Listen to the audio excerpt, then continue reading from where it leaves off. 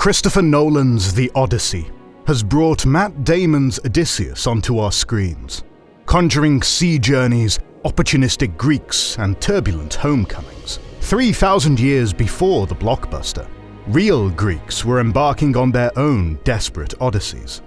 Andreas was walking the shores of Santorini one spring morning. He was carrying his bag, ready to board an eastward ship. He had heard of opportunities amid the chaos on Alicia, or Cyprus as his people called it. The sun shone as he entered the boat. He looked up to the sky of Zeus and prayed for the best. This story, fictional but plausible, is of one of many Greeks who lived at the end of the Bronze Age, coinciding with the rise of the so-called Sea Peoples. So, were the Sea Peoples Greek? Also, in another fictional yet less plausible story, did you ever wonder what happened to the land of Oz after that business with Dorothy and the Wicked Witch? Turns out Dorothy got pretty powerful and is now rampaging around inside our sponsor today, a certain video game. In their new Echoes of Oz event, the mystical lands of Teleria intersect with the parallel world of Oz, where Isilda, heir to the Wicked Witch of old, is seizing control. It's up to you and your army of champions to stop her, but of course you'll want to enlist none other than Dorothy Gale, complete with dog Toto. Get her for free by logging in for 7 days during the event, then stick around another 7 to get more upgrades for her. And she is a fine champion to develop because of the deep synergy systems in this game. Yes, it's Raid Shadow Legends if you hadn't guessed. Dorothy gets more powerful the more Oz characters you deploy. And since you can now bring out the Tin Man, the Cowardly Lion, and the Scarecrow, you can conquer Oz with a thematic team and be mechanically rewarded for it, all very nice. Use them to take on Isilda the Wicked as the dungeon boss in the limited time event dungeon to earn chronophage gear and other valuable rewards. Outside of the event, we can offer a whole load more free stuff. If you get the game with our link, first you get a massive starter pack that includes legendary champion Narma the Returned, then the epic Chonoru after level 15. Then you take your pick of another free legendary from this set of 4, and by the way, you've probably noticed what's amazing about Raid as a hero collector: all the hero models are sensationally designed and are rendered in AAA quality. Of those 4, the correct choice is Grand Oak Pandraig, since he keeps everyone else alive. Anyway, get started with all this free stuff and dive into the new event by getting the game for free via our QR code on screen or the links below. Before we figure out if the Hellenes were part of the cantankerous marine raiders, we need to talk about the end of the Bronze Age. The Mediterranean went through what is called the Bronze Age, named after its trademark metal, from 3300 to 1100 BCE. In the Late Bronze Age especially, from 1500 to 1200, the Mediterranean was a bustling and bewilderingly complex network of trade between large empires and hyper-centralized kingdoms in Syria, Egypt, and Anatolia. The area of modern-day Greece was divided between the declining Minoan civilization in Crete, the trade hubs of the Aegean Islands, and the Mycenaean civilization of the southern mainland. The Mycenaeans were a Greek-speaking group that organized itself around centralized palace economies, whose elites owned magnificent and colorful golden armor. The Mycenaeans were highly astute in their use of bronze, their incredible weaponry, and their highly complicated statecraft. Their descendants in the classical period still remembered them for these skills, as well as their martial prowess, encoded in the famous Homeric epics of the Iliad and the Odyssey. In the grand scheme of the Mediterranean, however, they were a peripheral player. They seem to have been known to the real superpowers of the day, the Hittites and the Egyptians, as mercenaries or nobles in the West. People they had to consider in geopolitical grand designs, but not necessarily place as a priority. The Mycenaeans were certainly aware of the people in the East, and they often made excursions to trade with them. The wealth of the Orient was a key driver in the Mycenaean imagination. In the 1100s, this elaborate network of trade and commerce detonated in what many scholars have termed a systems collapse. The theory that multiple interconnected civilizations failed simultaneously. Many cities seem to have been destroyed, with the archaeological records sometimes showing radical changes and destruction. Many reasons have been proposed for this supposed mass upheaval.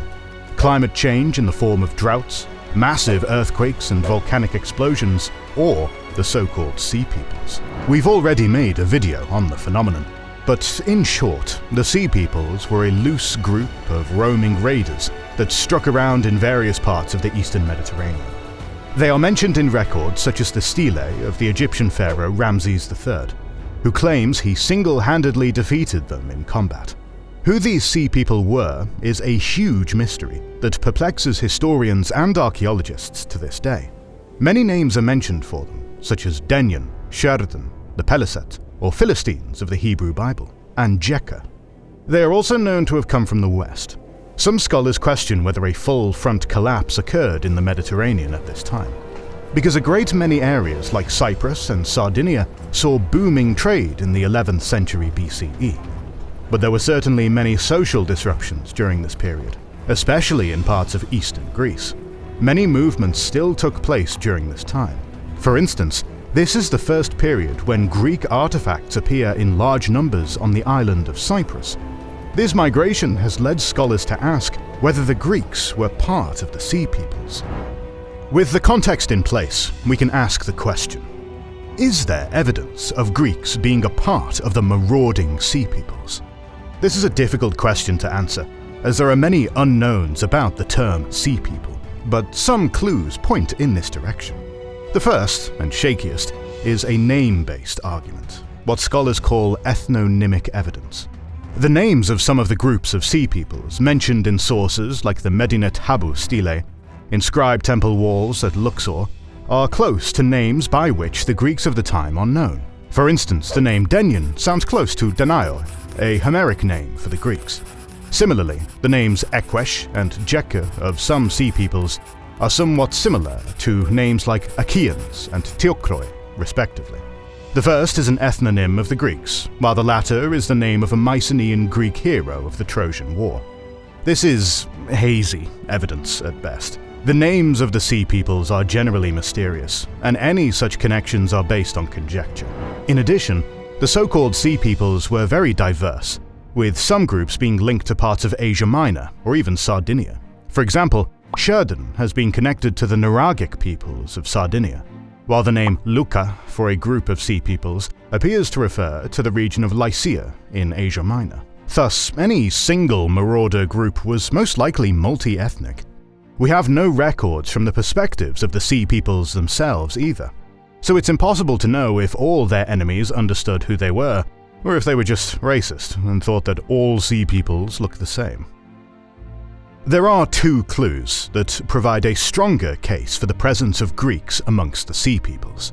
One is genetics, and surprisingly enough, it points to a connection with the infamous Philistines from the Hebrew Bible. Philistines is a term that refers to a people that settled the southern territories of Canaan in the 1100s BCE, lasting as an independent confederacy of cities known as Pentapolis until the 700s.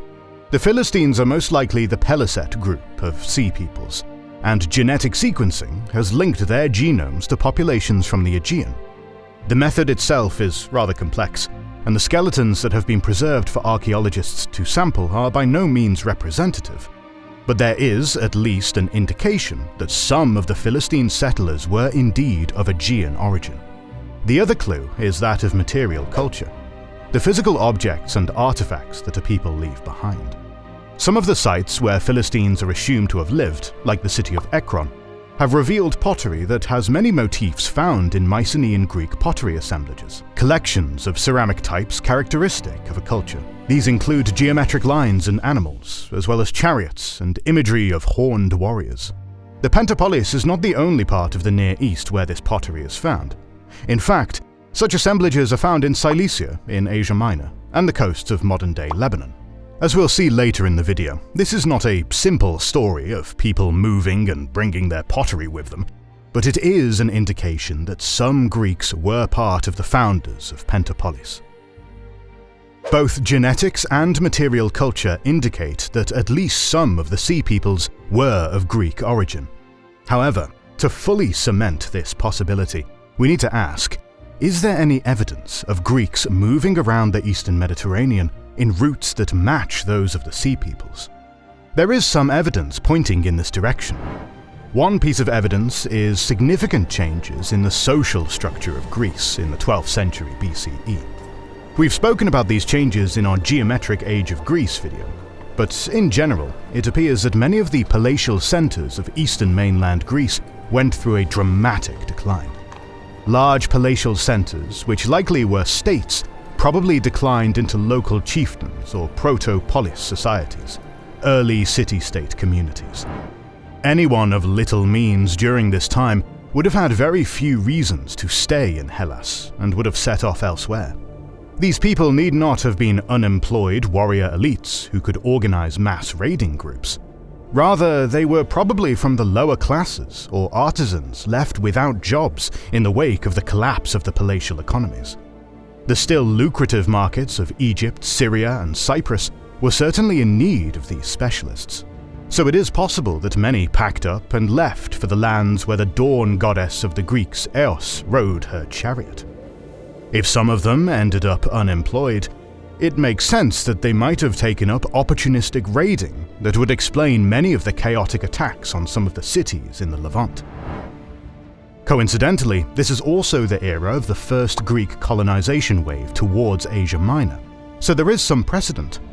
As trade routes between the eastern Mediterranean continued despite the upheavals of the era, these Greeks could easily hop on a ship and begin an Odyssey to find a better life in the east. In fact, many sites that were allegedly destroyed by the Sea Peoples seem to have either been quickly rebuilt, accidentally destroyed by random fire, or their destruction doesn't match the chronology of the large migrations. So, moving east was still a lucrative journey for people trying to make their luck. The roots of Mycenaean-esque material culture seem to mirror this route in part. Cilicia was a key intermediate stop between Greece and the Levant, and was now relatively lawless after the decline of the Hittite Empire. The Levant and Cyprus see the sharp rise in Mycenaean-style pottery, in line with the Philistine settlement in Canaan and the appearance of Greek-speaking peoples in Cyprus. This is not the only instance of material culture moving eastward. The Nuragic civilization of Sardinia also shows increased trade with the east, with its bronze artifacts and some pottery also appearing in Cyprus. Some of the images in Medinet Habu also show people with helmets that look very much like those of the Bronze Age Sardinians. So it would be false to claim that only Greeks were part of these traders and marauders that moved to fill some of the vacuums of the collapse of centralized states in the Levant. The Sea Peoples were a heterogeneous group of migrants, who sometimes traded and went home, sometimes settled in new lands, and sometimes did a bit of raiding. The Greeks were a part of this puzzle, and likely played all of these roles. We've mentioned how some of the evidence indicates that Greeks were part of the Sea Peoples, but we've also mentioned how this evidence needs to be treated critically. The reason for this caution is the island at the crossroads of 3 continents, Cyprus. This important bridge of east and west was obviously one of the main destinations for Greek migrants, and the evidence shows that it was both the target and the hub of pirate activity. Some of the cities that were prominent on the island in the Bronze Age, like Kition, were partially destroyed by what looks to have been raids. However, diplomatic records known as the Amarna letters, 14th century BCE correspondence between Egypt and its neighbours 2 centuries earlier, have the Egyptian pharaoh accusing the king of Alicia, which is probably Cyprus, of housing pirates. Given that the island had this reputation 2 centuries prior, and the Greek people had become part of the tapestry of the island, it is possible that some of the Sea Peoples had the island of Astarte and Aphrodite as their operating base. As we've said previously, the island still saw booming trade with the rest of the Mediterranean, especially Sicily and Sardinia. The Greeks who migrated from the Mycenaean territories were just as much traders and craftspeople as they were opportunistic raiders, so Cyprus was definitely one of the most lucrative destinations. The coming of the Greeks on the island was the result of economic factors, and it's from there that they probably spread to the rest of the Levant. The settlement of Greek peoples on Cyprus brings us to another issue. Pottery and material culture do not necessarily match ethnicity. During this time, much Cypriot pottery takes on Mycenaean elements, but it also maintains many Near Eastern traits. This is because, while Greeks did move to the island, they did not displace the local Etio-Cypriot population, the pre-Greek indigenous Cypriots. The two groups, alongside many Phoenician settlers, began to merge and exchange cultural traits in their art. The Cypriots, skilled traders that they were, began to copy Mycenaean pottery and sell it to Levantine audiences. We know this because clay analysis on many Mycenaean pottery samples has shown its point of origin to be Cyprus itself. This is partly why so much Mycenaean Greek pottery appears there. Some of it is traded from Greece. Some of it was produced by locals who either were or knew how to make it, or it was made by Cypriots who wished to take advantage of the demand for this pottery. The source is further complicated if we consider that these Cypriots could have been Greek or another ethnicity. Whatever the case, those in Cyprus who emulated Greek culture became, alongside the Greek migrants, the core of the Greek Cypriot community of the island. Such is the complexity of the end of the Bronze Age. People were both traders and raiders, both migrants and emulators of other cultures. We've seen that the Greeks were probably one of the ethnicities amongst the Sea Peoples, and that the Sea Peoples were not necessarily an exclusively military group. But what impact did they have on the ground besides their naval piracy? Besides the establishment of Greek culture on Cyprus, the Sea Peoples may have influenced the pork taboo that appears in Judaism. The scholars who propose this theory point out that the Philistines, of which the Greeks were probably a major ethnic component, had a diet that included a lot of pork. They point to the higher numbers of pork animal remains in archaeological sites in Pentapolis, as opposed to the rest of the southern Levant. The pork taboo had not developed amongst the Israelites and Judeans during the 11th century. In fact, there was no such thing as a unified Jewish religion, culture, or identity as we know it today. Monotheistic Judaism had not yet developed.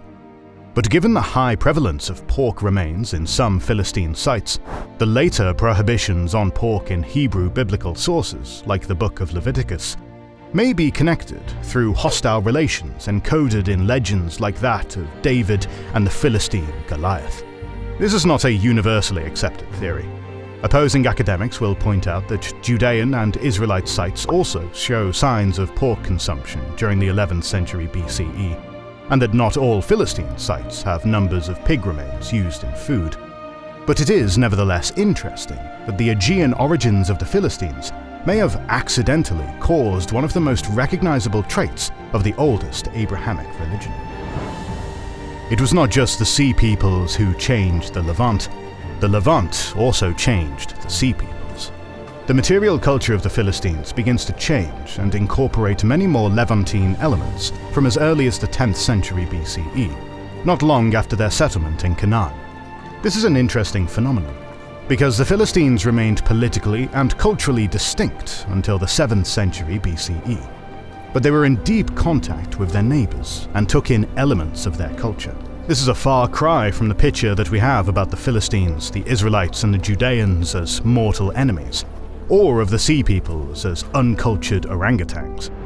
Similar cultural mixtures happened in Cyprus as well. In the 11th century, a new script appeared on the island called Cypro-Syllabic.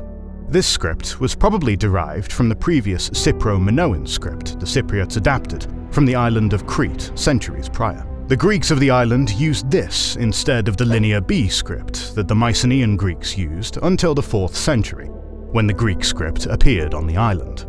They also seem to have been influenced by two Etio-Cypriot and Phoenician female deities, the great Cypriot goddess without a name, and the goddess of love, Astarte. As contacts with geometric Greece continued, this goddess became the love goddess of Olympus, Aphrodite, whose homeland was known as Cyprus. These connections and cultural transformations, like flowers cross-fertilizing each other, blossomed into the wonderful tapestries of Mediterranean cultures in the first millennium BCE. In the summer heat of July, in Paphos, on the western Cypriot coast, Andreas was painstakingly producing naturalistic designs on his pottery. He had just returned from Pentapolis as a trader, a far cry from the years before when he was a raider across Canaan. Life had changed quite a bit for the young man. He had settled down in Cyprus and was now selling pottery to the Levant rather than plundering it. Greeks like him were a part of the Sea Peoples, equal parts migrant, merchant, settler, and raider. The Eastern Mediterranean changed through their encounter with the many peoples of the region. Whether it's the presence of Greeks in Cyprus or the Philistines in the Bible, they made their mark in a way that few of those washed up by history's storms did. The Greeks who moved around the Mediterranean were only one part of this mosaic, but they too left their mark. And special thanks to Raid Shadow Legends. Grab Dorothy Gale for free and save Oz by joining in on the game right now, with special bonuses if you use our link below or QR code. More videos on the ancient world and the Bronze Age are on the way, so make sure you're subscribed and have pressed the bell button to see them. Please consider liking, subscribing, commenting and sharing. It helps immensely. Our patrons and YouTube members can watch more than 200 exclusive videos. Join their ranks via the link in the description or by pressing the join button under the video. To watch these weekly videos, learn about our schedule, get early access to our videos, access our private Discord, and much more. This is the Kings and Generals channel, and we'll catch you on the next one.